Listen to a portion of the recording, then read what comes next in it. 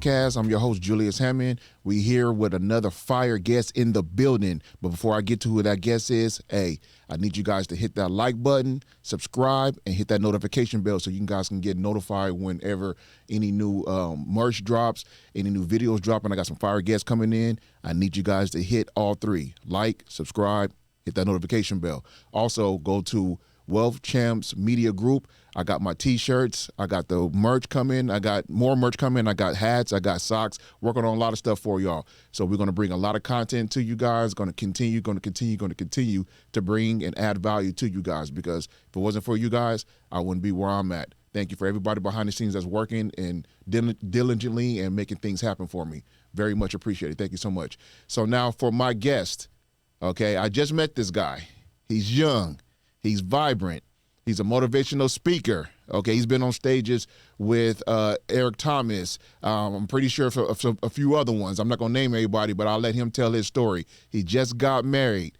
He's a fantastic young man. I saw a few clips of what he got going on, and we're going to show you guys that in a little bit. But ladies and gentlemen, welcome to Wealth Champs Podcast, Kevon Lee. How you doing, Mr. Lee? What's up, man? I'm doing amazing. I'm just happy to be here. It's an honor, and I just can't wait to get to our conversation. Oh, man, thank you for coming. So it's ironic how we met, man, because my business partners and my videographers, the ones who kind of like made all this happen within the studio, told me about you, man, and they filmed you, and they were like, Jay, you gotta interview this guy. I said, okay, well, give me his accolades, give me his background, what's going on. Told me you were a motivational speaker. I speak myself. I haven't spoken in a while, but I was like, let me check out some clips and see what's going on. Went to your Instagram, and I was like, yeah, I like this young dude, man. You remind me of a young me. So I'm a little older. I'm not gonna age myself, but you're younger, and obviously. And I was like, you know what? I got to interview this guy. Let me see what he's about. So welcome to Wealth Champs, man. Man, it's great to be here. Yes. So for the audience, man, tell everybody, who is Kevon Lee? Where did you come from? What's his story about before we get into your business and everything else that you do? Okay, definitely. Yeah. So again, my name is Kevon Lee. I'm actually here from San Bernardino.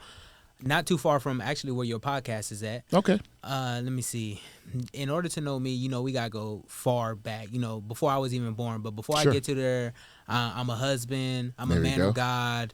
I'm a motivational speaker. I'm an author. I do all these great things, right? Okay. But like I said, in order to know me, you had to go before I was even born. So before I was born, my mother and father, they was both on the streets of San Bernardino. I'm pretty sure you know about it. Yeah. It wasn't too good, right? Yes. Both on the streets, doing drugs, alcoholics, and evidently they met, right? And so when they met, my mom was already 35, my dad was 28, so they didn't intend to have a child, right? Especially being in the situation that they were in. And so because of that, they ended up having a child. My mother, she was on drugs, so when she went to the before she went to the doctor, this woman came up to her, and I'm pretty sure this woman was on drugs also. She said, I don't know who you are, but you're pregnant, and your baby's name will be known all over the world. And so when I tell people that, as a young kid, I used to think my name gonna be known all over the world for the most wanted list, because no, I'm serious. Because Wow. no, I used to Okay. think that because everybody around me was always in prison, Oh, everybody wow. around me was on drugs or gangbanging. So when I used to think that had to be my story, right? Like as soon as I graduated from high school,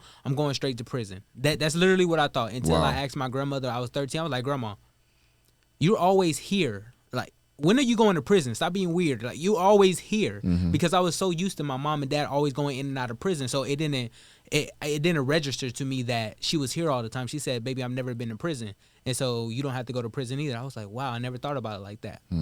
But sure enough, when that woman told her that, she went to the doctor. Doctor said, yes, you're 6 months pregnant, but your baby born with Down syndrome.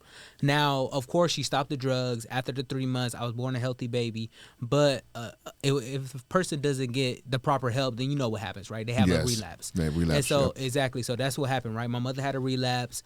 Like I said, they was always on and off the street. It was horrible, right? It's not where a child should be living in San Bernardino. It's not the best environment as well, right? And because all this happened, my mom, she was a prostitute. Okay. And so the guy was like, hey, I'll give you $50 to, have sex with me. My mom was like, okay. She went to have sex with the guy. The guy gave her 30, and so my mom stole 100. And so when the guy dropped my mom off, he knew where he stayed at this time, right? He went back home, and he figured out, like, hold up, this woman just stole money from me. Wow. And so he came back late at night. I remember like it was yesterday. I was 5 years old, August 2nd. My mom and dad, they were arguing, and my mom told my dad to get out. Okay. So my dad left, and then when my dad left, my mom told me to go to sleep, right? Okay. So about a couple hours later, this guy came in, boom. They always did drugs with him. His name was Robert. And then she said, Kevon, go to your room, go to sleep. I said, okay. So I went to my room, I went to sleep. A few hours later, I hear a lot of yelling, cursing, and stuff like that. So I come out, and I'm thinking it's my dad, right? But I realized it wasn't my dad. She said, go to your room, go to sleep. So instead of doing that, I decided to lay on the couch about 10 feet away from the door, right? And what happens next is crazy. My mom says, I don't have your money, slams the door, and I hear 2 gunshots. Wow. The guy shoots my mom twice. Wow. He walks in, he shoots Robert twice. Wow. Now, I did 3rd grade twice, so I'm pretty good at math. Okay. 2 + 2 = 4. This gun has 6 bullets, right? But I'm Yes. 5 years old, so nobody really expects somebody to blatantly shoot point blank a child at 5 years old, right? Yeah. I mean, what kind of person would do that? Yeah. But of course, he shot me twice. He shot me in the hand, he shot me in the rib, and came on my back. Wow. And so that's when I was battling for my life, right? Really didn't know what was happening. But again, I always lived in that bad situation. After that, I ended up going to the foster care system, ended up being homeless and stuff like that. Staying with my grandmother, couldn't stay with my parents because of the stuff that they did. They're not even considered my parents in California, right? My grandmother is. Okay. And so that's like where my story begins. It's a lot more to it. I'm sure we're going to get to it, but that's where it begins. Wow. Wow. What's crazy? Like, I usually do a lot of research on my guests before they come on. I did none. I just wanted to have a total conversation with you. And wow, just that story right there. Bless you, brother. Bless you, man. Like that's tough right there. That's rough. And you got shot at 5 years old? Yes. Wow. I've never been shot, and so I don't. I mean, too many people have. I mean, I've been shot at, but I've never been shot, and so I mean, how to get shot at 5 years old, and obviously you remember it vividly. How did that feel? Like, is it like what happens when you get shot? Especially the bullet went straight through, right? Yeah, it went straight through. How does that feel when you're like you actually get shot? How does that feel? So when it happens, I kind of blacked out, right? And Okay. when I woke up, that's when my mother was on top of me pressing my wounds and stuff. Okay. And then the ambulance, they finally came. And I just remember an immense amount of pressure. Wow. And kind of like a burning sensation. Yeah. But it didn't really like hurt to the core where I felt like, okay, I'm dying. You get what I'm saying? Yeah. But I did feel that pressure and kind of a burning sensation. And so that's when they came, took me to the hospital. Oh, and I forgot to tell you this. And so, me, 5 years old, black, San Bernardino. He probably not gonna make it to 21 anyway, right? I actually had a cousin die at his 21st birthday because of some gang related stuff. So a lot of people in my family wasn't making it, out of the hood, right? Yeah. And so I remember I rose my right hand, 'cause I got shot in my left hand, and the EMT said to me, and he said, "Put your hand down before you get shot again." He told a little 5-year-old kid that. Why would an EMT tell you that? I don't know. And then him and his buddy started laughing. And so that's what I'm talking about, right? I grew up in San Bernardino. Nobody really cares about this 5-year-old kid who just got shot. I grew up from when I was born to 5 years old, not really being taken care of really good, not being loved on as I should, right? Not being in the best predicaments or the best situation, because if I was, I would have got shot.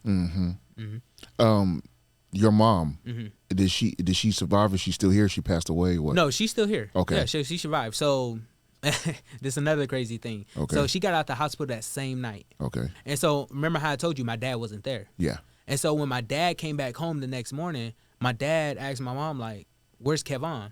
And so mind you, my mom, she's on drugs right now, right? So she's stone cold. Yeah. She just looked at my dad and said, "Oh, your son got shot last night." Just like that. Just like that. Wow. Your son got shot last night. Wow. And so at first it didn't even hit my dad because he's shocked, right? Like, I left for one night and my son Get shot. like, is he even still alive at this Yeah. point, right? And he said when he realized that I actually got shot, like when it hit him, he just started bawling and started crying. He couldn't believe it. Okay. Well, I mean, you made it through through that. I'm pretty sure we can go deeper in as far as your story when it comes to that. But thank God that you're here, man. That's really rough to go through at 5 years old. To go through at any age, but at 5 years old, and for you to still be here, your mom still being here, thank God for that. Now, I'm going to assume your mom is better now and things like that, right? Or yeah, she's off the drugs. You Okay. know, the relationship we have is a little rocky. It's not like the relationship that I want, but she's been off drugs for about 15 years now. Okay, good. Yeah, so it's been amazing for her. Congratulations to her. Congratulations to her. And it's expected for it to be rocky between you and your mom because of the past and what happened, right? Yeah. But I would encourage you to continue to. You talk to your mom, right? All the time. Okay, I would encourage you to continue to talk to her, continue to build a relationship with her, and just keep God in the middle because you are God. You are a godly man, and I can tell just by your disposition, your mannerisms, and the way you go about your business, Definitely. and the way you preach the word. So I could definitely tell. I can tell that just from interacting with you the short time I have.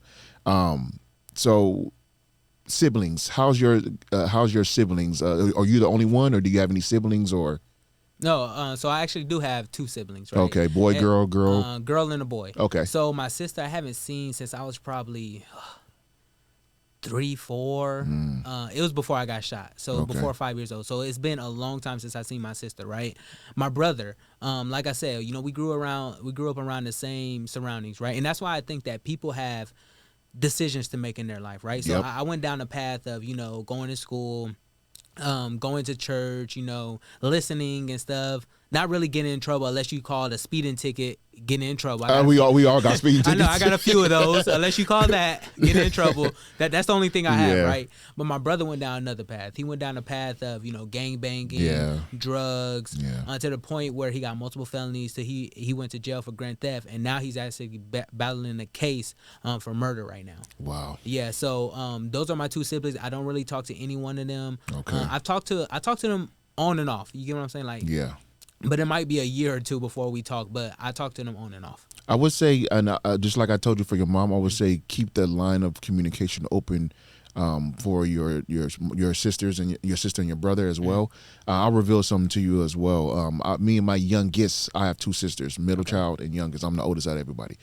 Me and my youngest sister. And my other sister too, we don't get along with her too much. There's been a lot of stuff that happened when my mother transitioned, and she was doing some drugs and a few things. I don't want to air it out too much, but it's been a rocky relationship between me and her and my sister and her as well. But I still every now and then I reach out, Brittany, how you doing? What's going on? How's everything going with my nieces and things like that? And she's doing a little bit better. So I follow her on Instagram. I reach out every now and then, but as long as she's still doing okay, she's better than what she was. That's all we can hope for, right? Yeah, exactly. But at the end of the day, you got to let people hit rock bottom and let them do what they got to do because we can't control them. We can guide them. We can show them a better way. We can, hey, stay in the word. God is the way, the truth, and the light. You know what I mean? And we can show them that, right? But if they not willing to listen, there's nothing you can do. You gotta let God take over, right? Exactly. But I would say keep that line of communication open with them because that's very much needed. Especially, I'm not saying your sister, but especially your brother because he's in a little bit more deeper water than what your sister is in. So, and like I said, I'm gonna be vulnerable on this. Hey, on this podcast, as vulnerable as you can be. Whatever you want to talk about. Like I said, fine. I'm a speaker, so there's nothing to hide over here, right? There we go. So my brother, he used to actually rape me when I was a child. Right? Oh, wow. And so growing up, that used to be so hard. I remember every time my mom would be like, "Hey, your brother want to talk to you. Hey, your brother want to come to your football You're like, game." nope, don't want him around. Yeah. I don't want him around, right? Yep. But I got to the point where I'm like, you know what? I had to forgive him because it was that anger I was just holding towards him, and I didn't know how to react to it, right? And then so I was like, you know what? I stayed, praying, going to church, and just, praying to God, like, God, just give me the strength to forgive, because that's not something easy to forgive, right? Oh, absolutely. I can imagine. Yeah. It's not something easy to forgive. Yeah. And so I'm like, okay, in order for me to be better, I have to forgive him, right? And not for him, but for myself. There you go. And so I finally forgave him. And so before he went to prison, we would see each other. I would go visit him where he lived. He would come visit me. We'll talk on the phone and things like that. But since he's been in prison for like the last 3 or 4 years, Okay. the communication has been rocky. Okay. Yeah, and so that was powerful. I didn't realize you was going to say that. Thank you for your vulnerability and your honesty, and for your forgiveness. I mean, you have to listen. That is something that is that's damn near unforgivable. There's a lot of things that I mean, we're supposed to forgive, of course, right? But that's the biblical way and the right way to do it. But to understand and overstand that and understand that, and you still have to forgive that. Exactly. That's hard. It's hard. That's hard. And I give, just like for everything else, I give kudos to you, man. I remember when I confronted my mom about it. I was probably like 16 years old, right? And so at this time, I was just like, you know what? She kept talking about him, and at this time, I haven't forgave him yet. Okay. And so it always got me mad, right? Yeah. And I was like, yeah, but he raped me. I said it just blank, like I blotted out just like that, right? Okay. And she just looked at me and started crying. Okay. And so I'm like, Mom, what are you crying for? And she was like, you remember that? And so she knew about it. Yeah. She knew about it. What? Yep. Okay. Exactly. So she knew about Wow. it, right? And I asked her, why you didn't protect me? Yeah. And the answer she gave me, and I say this during my speeches all the time, just to help people. Okay. She said, because he's my son. Wow. And so that right there, so the relationship that I wanted with my mom right there, Kind of got tarnished a little bit more. it got tarnished even more. You Yep. get what I'm saying? Yep. Until I got to a place where now it's a better place. It's not the relationship I had with my grandmother, Yeah. because she's the one who adopted me and raised me for 14 years or whatever. But it is at a better place right now because, again, like forgiveness will set us free. Yeah. It literally will, because if you just hold on to that hanger, hold on to that hurt, you can't keep evolving. Yeah. And I'll even say this. Mentors have told me this a long time ago, and it still resonates with me to this day.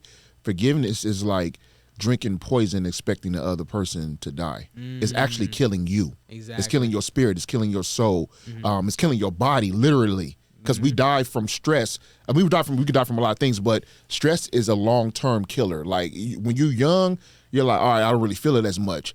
As you get older, and I'm 39. I know I said I wasn't going to say my age, but I won't say it now. I'll say it now. I'm 39, and so when I'm, in a place where I'm like, man, I'm not going to forgive that person or I'm not going to talk to that person, I start feeling the headaches more. I'm like, dude, when I was playing football, and I was like, man, I wouldn't hardly get no headaches. Now it's like I'm feeling it more. My body aches a little bit more. So, I mean, I work out and all that, but I feel it a lot quicker when I'm in that state of mind. And I have to really, exactly, and I have to really quickly and expeditiously get to the point where I'm like, let me forgive this person, or let me not hold a grudge on this particular matter because it's hurting me. Exactly. Well, again, God bless you, man. I thank you for all that, man. That's something that, because there's a lot of kids who are going through that right now, and they're like, I don't know what to do. I feel like committing suicide. I feel like, that's not the way to go, but they have no way out. They have nobody to talk to. They have no programs to go and speak at or be a part of. They have no inner circles, no brotherhoods, no sisterhoods. They don't have that. And we'll get into how you can help them outside of your motivational speaker and the programs that you have. You can help them down the line. But thank you for all that. So now let's talk about a couple of things right now. You just said you got married. Yeah. So let's see the picture. Throw that picture up real quick, man. You and your beautiful bride. When did you get married? So we got married March 23rd, 2023. So about 3 months ago. There you go. Look at that beautiful picture, man. Wow. Where was that at? It was actually here in Rancho. It was at a church kind of area. Okay. Yeah. I can't. Hidden Oaks Retreat. There it goes. Okay, Hidden Oaks. Yeah. Yeah, Hidden Oaks Retreat. Yeah. Okay. How was that day, man? So let me tell you. Remember, the wife is watching. No, yeah. It's funny because so I'm getting my haircut, right? Okay. The morning of the wedding, I'm getting my haircut, and it starts to rain. Oh, and so this is the time in March when it was raining like every day. Yeah. It starts to rain, and I'm thinking I'm cheap. So, yeah. So I'm like, nah, we don't need to buy no tents. We don't need to buy no tents. And then she finally calls me. She like, we need to buy tents. It's raining. I'm like, it only says it's gonna be 10%. It'll blow away, right? Yeah. Man, let me tell you, it was raining the whole wedding. Yes, it was. But we bought the tents last minute. They set it up. And so, to a guy, it's different to a woman, right? Yeah. Like, that's they very dream sentimental. They dream about it. They want it to be perfect. But I say the best thing about the wedding was, at the end of the wedding, she said that was my dream wedding. Wow. And so, even though it was raining, things things didn't go the way that everything should have went. But she said it was her dream wedding. You know, I'm not gonna lie, I had fun too. I'm like, man, I'm trying to get married again. There you go. So yeah, it was an amazing experience, especially because we've been together since high school. Okay. We've been together since high school. So what, over 7 years now? Okay. So it was definitely to finally get to that moment, because I've been telling her for years, like, one day we gonna be married. One day you gonna be my wife. Go. You know, I'm in high school talking like that. Yeah. I'm just talking, right? Yeah. But I knew that when I started dating her, it was intentional, right? And I knew that in order for me to to be dating her, I wanted her to be my wife one day. And so to actually take that step, you know, propose to her in 2021, and now we're actually married, and you know, we're living together. You know, we're doing great things together. It's an amazing feeling. Man, congratulations on that. Thank you. Question now, with the tarnishment, I know you're better with your mom and everything now, but was she there? Was she able to witness that? And your dad, and we didn't really go on your dad, but was he able to witness? Yeah, so they actually live in Mississippi right now, but okay. They came down here. They was at the wedding. They even left and then came for my graduation. So they've been at some big moments in my life. Okay, okay. How's the mother-in-law and father-in-law, or assuming you know all that? How's that relationship with her and her family? You talk about like with her mom? Yeah, how's your relationship with them? Oh yeah, her mom, like she loves me. Her grandmother, she called me her son all the time. She be like, thank God somebody sent me a boy, because in their family it's all women. There you go. It's all women, right? All right. So I'm like I'm the only guy really, right? Okay. That married into the family. But yeah, they love me. I love them. It's a great relationship. How many siblings does she have? She got 3 sisters. She got 3. Oh, yeah. So you know. Listen, let me talk. Hey, sisters. If he don't act right, you get on his ASS. Okay, I'm pretty sure they didn't give you that already. She got a twin sister. Okay, now is she the baby? She the middle? Where's she at? Where's her hierarchy? So her twin are the oldest. Okay. Her twin is like 2 minutes older than her. Okay. And her twin does not play. Okay. She does not play. So, but me and her, we got a great relationship as well too. So I treat her right. And I remember I was telling somebody, I was like, yeah, I'm glad they ain't got no men in their family. Yeah. She was like, somebody was like, yeah, but they got all women. That's even worse. That's even worse. That's yes. even worse. So yes. you better watch out what you do. But yeah, everything's great between all of us. Okay, yeah, because you know, if you got brothers and stuff like that, you know, like me, I'm a brother, so you know, it's like, hey, treat my sister right, we good, homie. Like, exactly. You know, we can talk old school, we good like that. But the sisters, like, yeah, listen, they will do research on you. They will be like, okay, well, you don't want to go down that route. Like, you do one thing, it's over. It's over. They blow it up like exactly. You know, like the skyscraper or whatever, right? No, that's good, man. That's good. Any kids in the future? Yeah, we want kids. You know, we don't know exactly when, but we definitely do. Okay, cool. And right now, I know you said we had all talked offline, because one of the things I'm going to get ready to do, I'm buy a house in Texas. Are you like California? You want to, you know, you guys have a house now, or you guys are? No, so we just moved in together into an apartment. So starting next year, we're going to actually, you know, start going to the house searching and stuff. You know, California is expensive, man. California. If I took how much a house costs out here and put that money towards a house in Texas, I'll have a mansion. Who you telling? Yeah. Who you telling? So once the goal is, once I become global, more global, we're going to Texas. There you go. We're going to Texas. There you go. Yeah, man, Texas is the way to go. I mean, Texas, you know, Atlanta, Texas, South Carolina, there's a lot of good places going toward the Pennsylvania. It's a lot of good places going toward that way. But Texas, I just love Texas, man. First of all, I'm a Cowboy fan. Hey, don't crucify me. I know a lot of people be getting on me about that. I've been like, they getting better. They getting better. There you go. I've been like that ever since I was a kid. Are they going to win the Super Bowl this year? Okay, how can I? Let me. I know all my Cowboy guys gonna be like, yeah. But listen, I'm a realist. I'm not one of those, like, I know there's some fans out there, like, we could be, I know we're not going to be 1-15, but we could be 1-15, and well, you know we're going to win the Super Bowl next year, right? I'm not like that. Like, I'm like, no, we suck. You know what I'm saying? But we should be a lot better. Dak, you know, hopefully he's not playing double agent this year and not throwing a whole bunch of interceptions, throwing to our team. Okay, our running game should be a little bit better because Zeke is out of there now because he's a little older. But and our receiving core got a lot deeper. Yeah. You know, I think Lamb is going on his 3rd or 4th year, so he's shown some prime receiver type deal, and we got Cooks and we got a few people, so it should be a pretty good year. It's looking good for y'all. I'm nervous in our division about Philadelphia. Yeah. That's the only one. I'm not scared of Giants, and I'm not scared of Washington. Nobody's scared of Washington. No, man, please. They like the baby brother. Exactly. So, but the Eagles, Yeah, your boy Jalen Hurts, Yeah, he ain't no joke. Exactly. So that's the only team within my division. I'm not even scared of nobody in the NFC East, to be honest with you. The AFC is crazy, but the NFC, I'm not too afraid of anybody in the NFC. Is the Eagles in our division. The Eagles. So, yeah. but I know we kind of diverted, but yeah, that's kind of what's going on with that. But I've been a Cowboy fan since I was little. Laker fan, Definitely. things like that. So, you have any sports teams that you like or anything like that? Yeah, right now, I love football. I don't really have a particular team right now, but basketball, it's all about the Lakers. Oh, wow. It's all about the Lakers. Okay, so let me reverse the question. What do you think about what's happening with the Lakers, the moves the re-signing and all the stuff they've done so far? Honestly, I don't think it was too bad. Okay. Because, we got Austin Reeves still, Anthony Davis. And I feel Austin Reeves can only get better, right? Yeah. If he's at least as good as he was last year, We're going to be good. We're going to be good, right? Yeah. LeBron is going to be LeBron. Yeah. Right? And then I think we resigned some shooters. So I think this year could be really good. Denver is Denver. You got to watch out for Denver. Yeah. Do I really fear any other team right now? Not in our conference. There's a lot of teams in the West that did step up, though. They did. But I feel Golden State is going to be Golden State because Steph Curry. But I feel once it gets down to playoff, LeBron goes to a different level. Yeah, he does. He does. I have a few. I'm a Kobe fan, so die hard. I mean, God, Same. In peace. But I have a few things with LeBron. I know he's, I don't think he's the greatest. I'll get crucified for that. I think he's Jordan is Jordan. Like no one's topping him, right? In my mind. But he do need to step up in certain areas, and all that threes he be doing. Man, come on, bro, you got to stop that. If you don't put your head down, go to the rack. Go to the rack. That's your bread and butter. Go to the rack, exactly. Right? Okay, so let's get into some of the other stuff that you do. I know we talked about the sports. Hey, we two men here, man. We're going to talk that, right? We can't help it.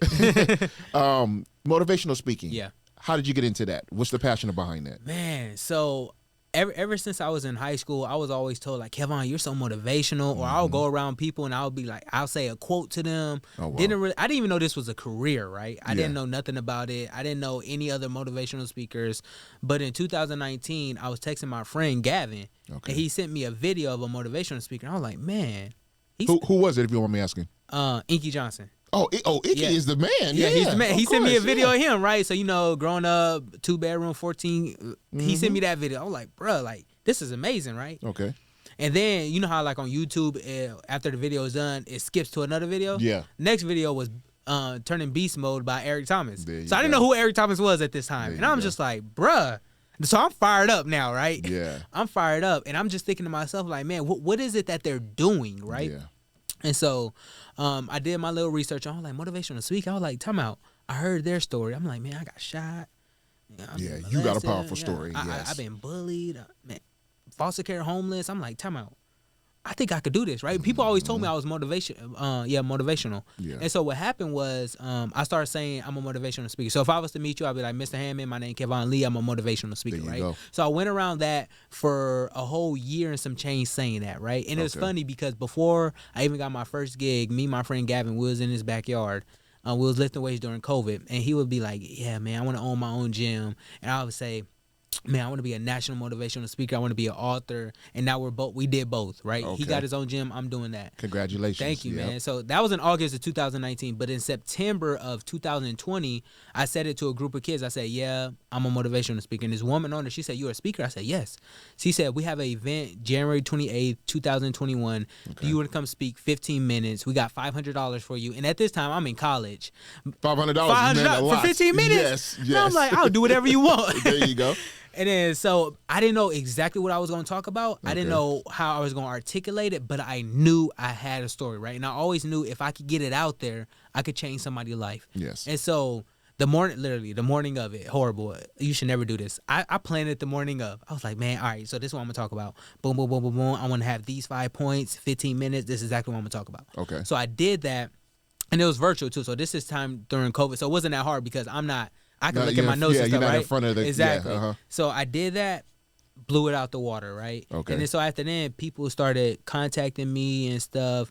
But I remember at first I would tell people like, yeah, I charge $500. You know, I'm thinking that's a lot of money. Yeah. I'm thinking $500. No, you need to up that. No, plan. listen. Oh, I charge a lot more now. Yeah, yes. I ain't leaving my house for less than. We ain't There gonna talk you about that. go. But You talk about that later. yeah. But so what happened was I was like, okay. Everybody was telling me no. Okay. So I had to actually get my experience and have people trust me before anything, right? So man, I did hundreds of gigs for free. Wow. I'm talking about I'll go to group homes. Wow. Like I'll do whatever it took. Like I'll be like, hey, I used to hit this woman up from the University of Redlands. Like, oh, can I just get some practice in? I'll come speak to your students. Boom, go there. Used to speak at Cal State San Bernardino for free, right? I used to go to all the schools around the Inland Empire for free. There we go. And get my practice in to the point where I was at this job. I was at San Bernardino County Superintendent School. I was at this job, and I was just like, you know what? I'm about to go full time. So I left the job in February, and so I've been full time ever since. Amazing. And you know what? For the audience, we actually have a clip, and then you can talk about exactly what is in this clip where you were speaking at. Jay, if you play the clip for us, that would be amazing. And then once the clip is over, talk about this clip where you were speaking at. Okay. In silence, and I said, yo, you good? Like, you not gonna see it? And she said, you're really a visionary, huh? Write the vision down and make it plain on tablets so whoever reads it may run. Although the vision is not the appointed time, although it may tarry, wait for it because it will surely come. It will not tarry. Guys, if you want to succeed at anything in your life, you have to write it down. Read it every single day. Before I was here, I seen myself here. The vision. How you going to be successful in something if you can't see it? Let's just be honest. How you going to achieve graduating high school if you can't see it? How you going to think you're going to go to college if you don't have the vision? How you going to think you're going to be successful in your family if you don't have the vision? How you going to be the first one in your family to have a successful marriage if you don't have the vision for it? Wow. Amazing. And it's ironic that you were on a track because I feel like running and sprinting toward my goals right now.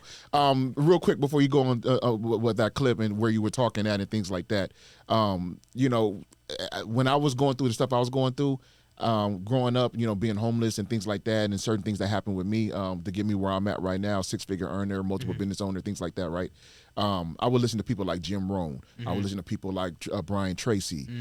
Who else? Earl Nightingale, Les Brown. I mean, don't even give me. I know Les Brown's story probably better than him, right? You can recite it. Exactly. But you remind me right there of a young Eric Thomas. Oh wow. E.T. One of his things that he always say is, what is it? I was homeless, eating out of trash cans. Yeah. He gets all fired up like a lion, right? No, definitely. That was amazing right there, man. Where were you speaking at right there, brother? So that was at Indian Springs in San Bernardino. It was for a foster event, right? So it's this organization called Children's Fund, and they do a lot of stuff for foster youth. And so it was for foster and homeless youth. They asked me to speak on a Saturday. I said, yeah, I'll come out. I spoke. And man, I remember it. I didn't post this video. I have the video. Well, my videographer has it, right? So there was this one time in dealing with, you know, they used to call it at risk, but now it's called at promise youth. Some of them, you know, they go through a lot of things, right? And so their behavior isn't where you want it to be. And so I would hear people in the stands like just cursing, saying the N-word. Wow. Man, so sometimes during my speeches, I get on them. There you go. I say, man, you have the opportunity of a lifetime. Can you just listen? There you go. You know what I'm saying? And then all the adults start clapping, but it's serious because they don't understand that people are taking time out their day on a Saturday, raising money, paying me to come speak life into you. And some of you guys are playing with the opportunity. Some of you guys playing like you have a better life. Like when you leave here, you don't go back to a group home. Yeah. Like when you leave here, you driving in a car. You're not in a broke down car, or you have to walk home. Yeah. And so I tell kids all the time, like, man, like I come from that, right? And you see where I am, like just like you. Multiple businesses, six-figure earner. Like if you just grind, you get what I'm saying? You could get out that situation. Hey, you know what? I mentor a lot of kids, and I have a few programs that I help. Me being a wealth strategist, and I hear a lot of complaints, and I'm like, I always say this. I don't know if you can hear that, but there you go. Turn that up a little bit. Bruh. There we go. Okay. I'll make sure you guys can hear it over there. But I'm like, bruh, stop complaining. Yeah. You got to do, listen, in order to get where you need to go, you got to go through some stuff. And I mean, listen, I've been homeless. Like I said, I've been shot at. I haven't been shot, but I've been shot at. I've been I know. But I've been through some stuff, man. I've lost family members, and it's in my book too. I've lost my mom to cardiac arrest, my dad to prostate cancer, grandparents to just like old age and different things like that, right? I won't go into a lot of health stuff that happened with them, but everybody goes through something in life. Exactly. But if you really want your goals and dreams and your vision to come true, and you want God to bless it, you got to go through that, and you got to continue. Go. Stop complaining. Exactly. Complaining is not going to get you nowhere. Nobody cares at the end of the day. You know what I mean? If Kevon didn't go through all that, yes, Kevon want to be the person who's sitting right here in front of you. There we go. Kevon want to be a motivational speaker. There you go. One of my favorite scriptures, John 13:7 said, "You may not understand now, but one day you will." Right? Yep. And so I used to be angry, like why I see other kids with their parents, why I see other kids with those relationships, why I see other kids have their own bedroom. I didn't have my own bedroom until I went to college. Okay. I didn't have my own closet, my own bed until I went to college. Right? Okay. And so I grew up in poverty, and I'm sure a lot of us have, right? But I didn't let that become an excuse. I said, okay, I know what the bottom feels like. Yeah. Well, let's go find out what the top feels like. There right? you go. And so I worked as hard as I could. And some people, they just can't see that. Wow. They can't see outside of their situation. Yeah. And that's why I talk about the vision, right? And, you know, I'm a man of God, so I believe in writing the vision down, right? Yep. Like Habakkuk 2:2 say, write the vision down, make it plain on tablets, right? So everything I want to achieve in life, before I became a speaker, I said, I am a motivational speaker. Before I became a national speaker, I am a national speaker. Before I made six figures, I want to make $251,739.29 to the cent. You went all the way down. Hey, yes. Look, I was like, hey, and God has blessed me to do better. You get what I'm saying? But I wrote it down. Man of God, I pray. I do all these things. I give back to my community. But again, like you could achieve anything you want to. I promise you. You just have to go after it though, and it's crazy because I heard Eric Thomas say this. He said the mind will never think of something that it can't accomplish. Can achieve? Yep, absolutely. Exactly. So speaking of Eric Thomas, did you go? Because I saw a picture with you, him, and I can't remember who the other guy is. Jeremy Anderson. Anderson. Okay, it was Anderson. Okay, they have their program. Did you go through their program, and how did you refine your gift a little bit? Definitely. So at first I was just speaking, right? So wherever I could speak, and then I actually have a mentor named Roy Juarez, here based in California, I think, LA. He lives in LA, who mentored me, who helped me, cultivate my story, right? And bring it out to life. And because I realized you could talk all you want, but if you're not empowering people, then it doesn't matter, right? It's falling on deaf ears at that point. Exactly. So to actually to cultivate my story to empower people, right? So he helped me with that. And I see their program come out. I was like, okay, I'm not part of the elite program. I'm part of the academy, right? Okay. And so I was like, you know what? It was a small investment. I'm like, okay, if I'm going to invest this money, it was only like $1,500. I was like, I'm going to invest this money and I can make $1,500 like that, right? Yeah. I'm going to invest this money. And even if I learn one thing out of it, it'll be worth it. It's a win. Exactly. So a lot of stuff that was in their academy I knew about, but it did help me with some other things, right? So it was definitely a win. But I was at the conference, and it was funny because I wasn't supposed to go. So what happened was I was texting ET, right? Yeah. So I was texting him, and I said, man, you know what? I've been doing really good for myself, but I want to take it to the next level, literally, next level. That's what their thing called next level, right? He sent me a link to the conference, and I knew about the conference, but I couldn't go because it was the day of my wife's auntie's wedding, right? And so I'm like, man, I can't go. So I told him, like, look, I can't go, but I'm going to hold myself accountable. Next time you have a conference, I'm going to go. He left me on red. I was hurt. I was hurt. He was probably like, he don't want it bad enough. Yeah. So I went to talk to my wife. He probably thought you were BSing. Yeah. Exactly. So I went to go talk to my wife, and she said, he invited you himself. Like, there's a reason you should be there, right? Yeah. And so before she even said anything else, I bought the ticket, I bought the conference ticket, I bought the plane, I bought everything, right? Yeah. And so I went to the conference, and I ended up getting an award, their Diamond Award. So it's about making a certain amount of money over the year. I was one of their highest awards, so I was blessed and honored to receive that award, to actually get on stage with them. So that was an amazing experience, but definitely just being there was an amazing experience. It transformed who I am. And you know what's crazy that you say that the key component to that, it wasn't just Eric Thomas texting you personally, but it was your wife giving you the okay to go. Man, That's the difference between an asset and a liability. No, let me tell you something. My wife, You know? it's getting me chills just talking There we about go. it. I've been with her since high school. Yeah. So we done been through some stuff together. I'm talking about, there was a point in time when we broke up for about 3 months. Didn't think we were going to get back together. Found our way back together, end up getting married. But I remember when I told her I want to leave my job. And look, I tell people all the time, my wife don't care nothing about words of affirmation. She don't care about it. She wants stability and security. She don't care about, are these bills going to get paid? Most women want that, too. Are these bills going to get paid? You know go. what I'm saying? And so it was about November. And I came home after work one day, and I said, you know what? I've been praying, and I think God is telling me to leave my job. Okay. She was like, God ain't told me that. Wait, let me stop. First of all, that don't really sound like a wife. That sounds like a black woman. Like, they don't play that. Exactly. Yes, she don't play. And so we started praying together, right? Because we both into our faith together. Okay. We started praying, and she said, you know what? I think it's time for you to leave. And so as soon as she gave me the go light, and at that job I was making less than $3,000, right? But I appreciate that job because it built who I am now. I was getting all that practice to build my keynote off of excellence, right? And so when I left that job, say I was making less than $3,000 a month. Now we not ridiculous figures. Ridiculous figures, right? You. But yeah, like I said, God gave me the vision because I even said in the video, before I was here, I seen myself here, right? And God gave me the vision to actually do it. And so when I speak, and I tell people all the time, when I speak, I don't speak for myself.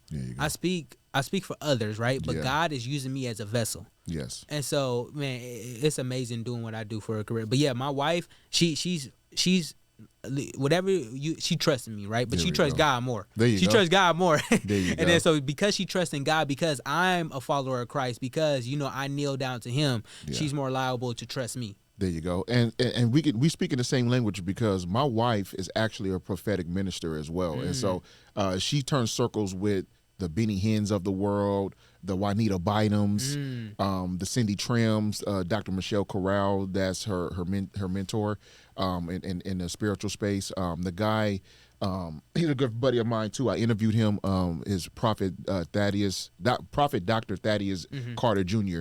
When you get a chance, watch that interview too. It's very powerful. I seen the thumbnail. I'm gonna there watch you go. it though. Watch very it. powerful, very powerful man of God. Shout out Thaddeus to you for doing that. But yeah, man, our wives, first of all, we treat, how we treat our wives, we got to treat them the way Christ loved the church. So exactly. And, we give our life for them, right? And when we doing that, we're tremendously blessed. If we're not doing that, guess what? You're a man of God. What does it say? Our blessings will be what? Hindered. Exactly. And it also says in the Bible, he who finds a good wife finds a good thing, and then finds favor with the Lord. Exactly. Man, we about to take you out of church, man. I know, right? So you find a wife, and you find a wife that truly loves you and loves the Lord, you're unstoppable. Unstoppable. Couple more things, then we'll wrap up here. Okay. We were talking offline, and you have a picture. If you could throw that other picture up, Jay, with you going from where so I was 300 pounds. Okay, talk about that transformation. Yeah. And for someone who's on the left side right now, and they want to get to your right side and get to where you're looking like right now, what did you do? What kind of diet were you on? I mean, we could talk about working out. I work out. I take my supplements. There you go. But I got that from playing football and all that stuff. But for someone who's struggling to go from the left to the right side, what did you do? And how did you go about it to be able to give them some encouragement if they're struggling right now to be able to do so? Definitely. Before I get into that, I'm going to tell the story of I was a junior in high school, right? So I was like, you know what? Everybody always call me fat, bully me, right? So I'm going to count how many times I get called fat. So I went to school that day, and I got called fat 107 times. That one day? That one day. Oh, wow. So somebody must have really has a grudge or something for that day. 107 times. So you can imagine how I felt, right? So imagine somebody getting your biggest insecurity and throwing it at you 107 times. And tell me how you feel. Yes. And so that day, I was like, you know what? I don't want to live in a world like this, and I dang sure don't want to go to a school like this. So I wanted to take my life.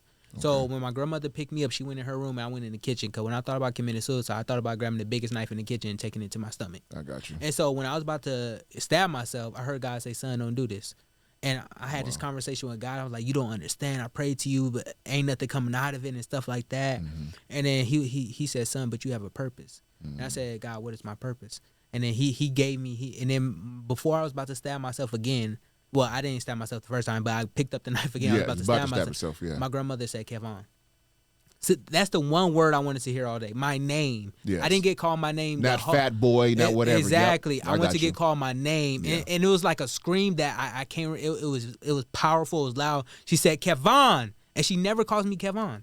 She only calls me baby, honey, or sweetie. She never calls me Kevon. Yep. But God sent her that time right there. Wow. And so, of course, then I didn't take my life. I'm still here. I didn't decide to lose weight then. Okay. But it was about a few days after high school. I graduated. I went to the doctor. So I'm 19 at this time. And the doctor, we weighed ourselves. First, it was like the nurse weighs us. And the nurse looked at me and she was like, ooh, he's a big one, right? Because I was short too. I grew a little bit after I graduated. Okay. But I was 5'5", 300 pounds. Now I'm 5'7", 3/4.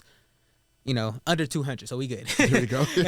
And so what happened was the doctor, he was like, what, I want to run your vitals and stuff, take your blood, and then you come back in 3 days. Okay. So boom, we did that. We came back. He said you got high cholesterol, pre-diabetic, hypertension, all 19 years old. He said if you continue what you're doing, you won't live a long and healthy life. And when he told me that, I couldn't see past 29. Wow. I could not see past 29. And so he said, in about a week, we want you to come back and talk to a nutritionist. I said, okay, but I already knew it was bad for me. We know. Yeah. The cookies, the candies, anything. Ice cream, all that stuff, yeah. Anything that has a cover with a lot of colors is not good for you. Thank you. That's what I always say, right? But I started eating vegetables, chicken breast and fruit, right? That's all I ate for a week. I lost 7 pounds. I knew it was mostly water weight. Wow. I didn't know at the time, but that gave me the motivation to keep going, right? And then so in about a month, I lost 16 pounds. And the doctor said, if you keep doing what you're doing right now, there's nothing in your life that you can't succeed at. Didn't know what he meant.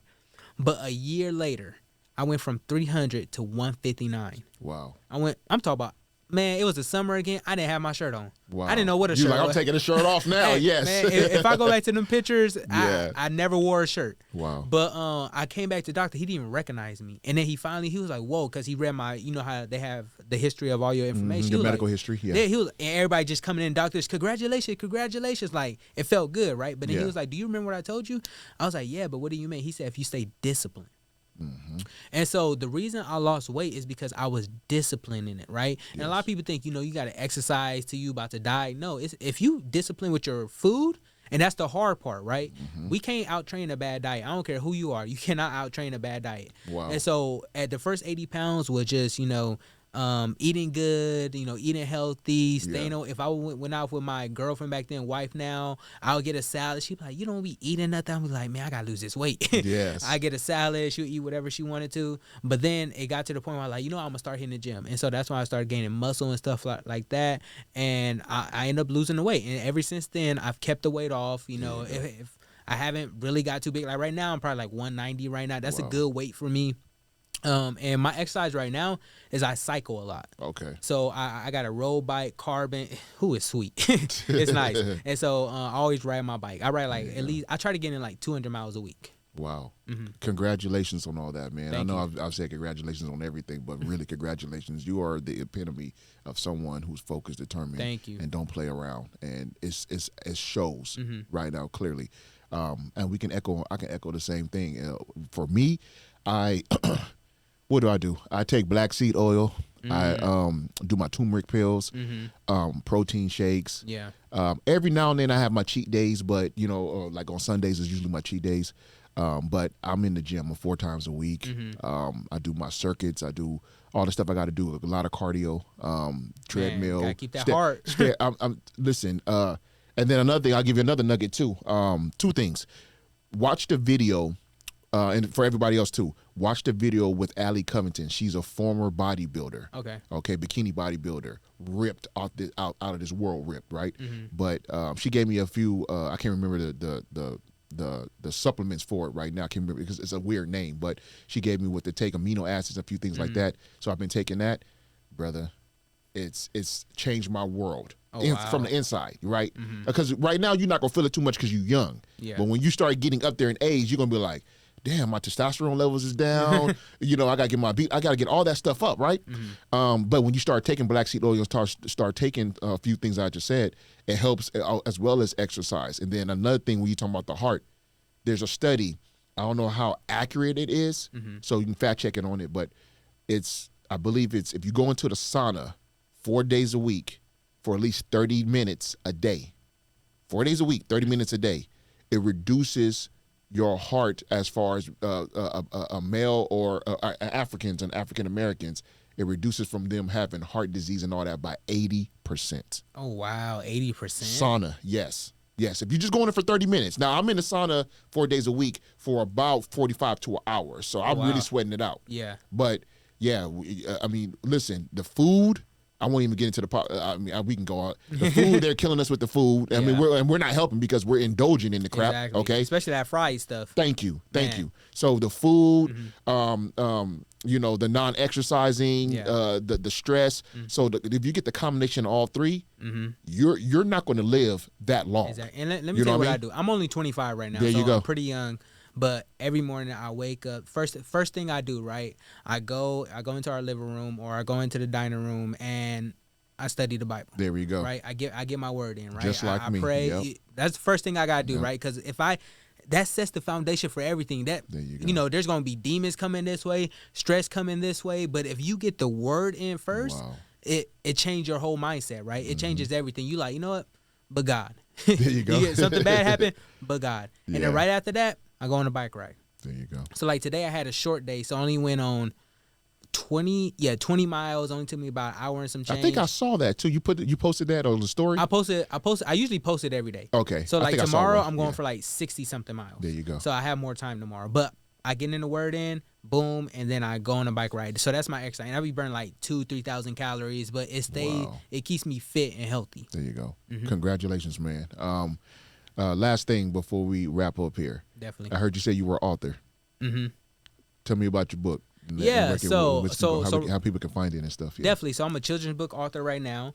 Okay. It's funny because I wanted to write a memoir. I was like on page 30 of my memoir, and my mentor, he was like, at the time I think I was like 22, 23. He said, no, I was 23. He said, let's work on a children's book. I'm like, children's book? I never even thought about a children's book. But I wrote a children's book called Kevon's Big Field Day. We should all have a chance. And so basically, I wrote this book because I used to get bullied a lot, right? Yeah. And so I'm the black kid in there. We have a Caucasian, Indian, Hispanic, and Asian, right? Okay. And so, it's like we should all have a chance, right? And I truly believe that we live in a society now in 2023, maybe not 80 years ago, yes, but the opportunity is higher for any race or whatever you want to, call yourself. It's higher than it has ever been in the last time, right? Yep.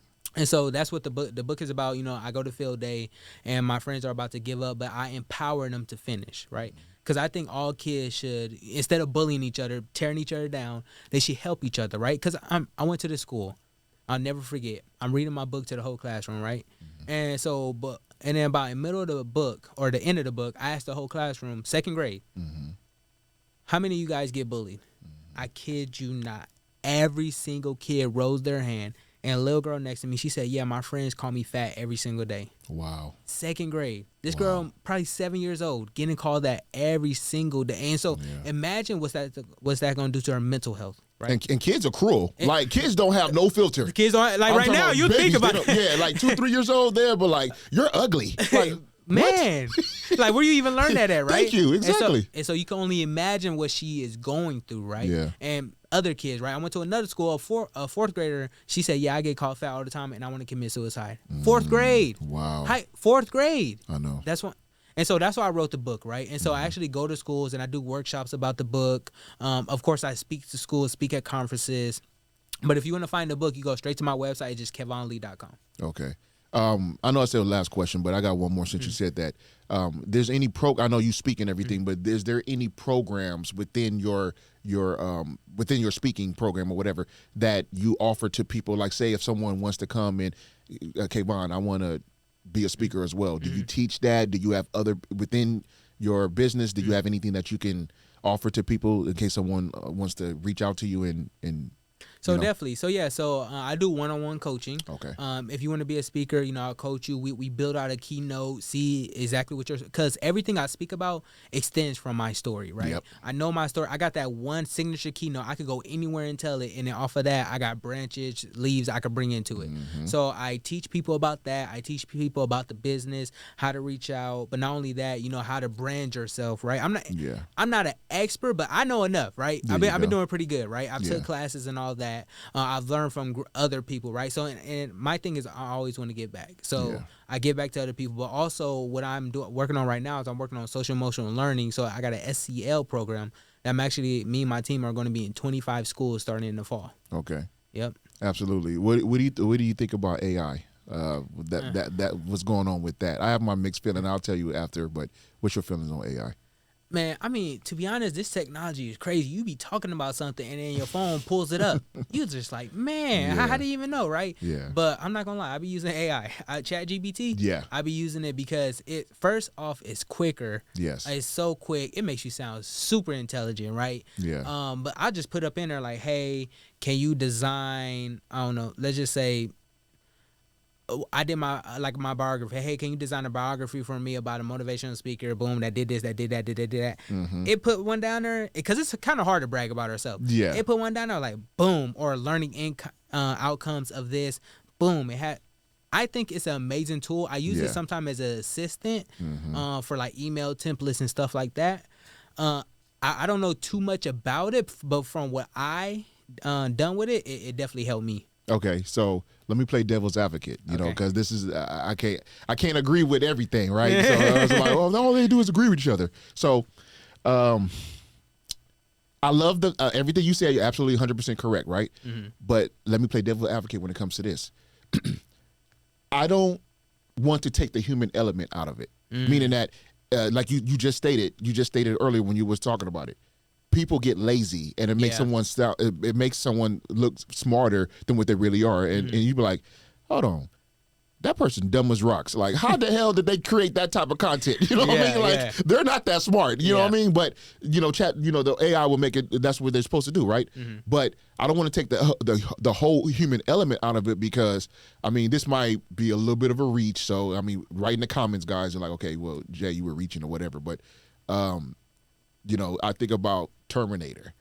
I think about iRobot. Do I need to say more? You know what I'm saying? So iRobot. That's all you needed to say. Thank you. So what I'm saying is that AI is good for a lot of different industries.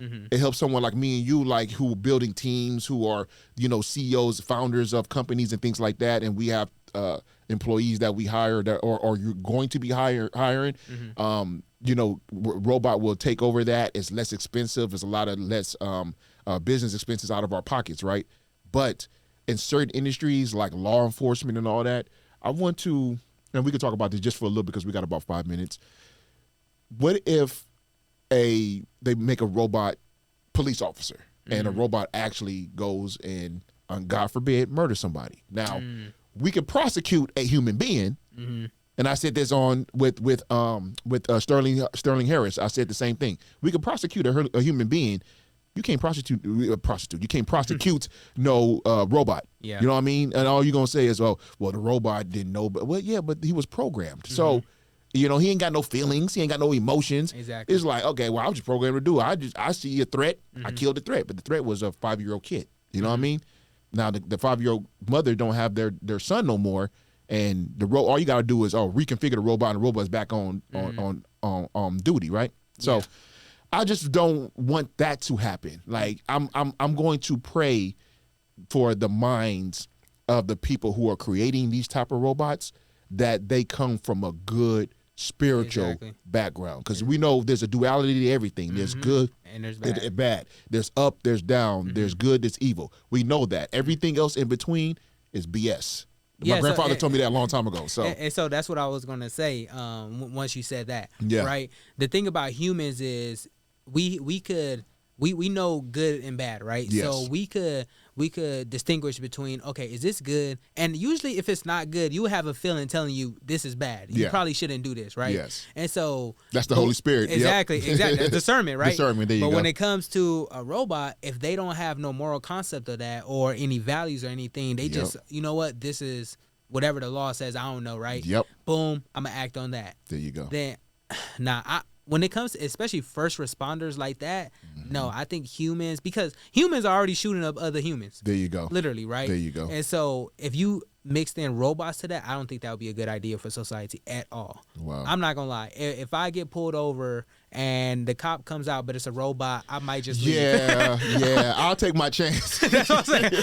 I might just leave. I might and back up. Like, I don't know, man. Yeah, exactly. He's like, hold on, keep your hands at 10 and 2, and You just get like, I'm not gonna move at all because any little thing, and like, hold on, yeah. Wait, don't want to go too deep into it, but I just want to get your thoughts on AI, and how that works. Last question. Mm-hmm. How can they find you? Social medias, websites, things like that.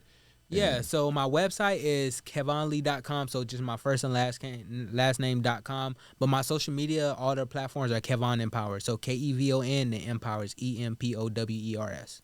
All right. Well, Kevon, I got to give you. Thank you, brother. Thank you Definitely, for coming man. on the show, It was man. an honor to be here. You are an amazing young man. You've been through a lot. I'm literally learning all this right now. Like, I didn't do no research, no nothing. I just got the information from my guy, our mutual guy, Ethan Traney and Daniel Traney.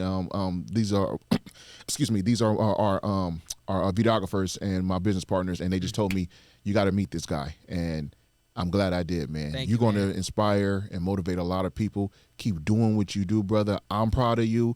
The Lord is proud of you. Thank you for everything that you're doing. Thank you for persevering.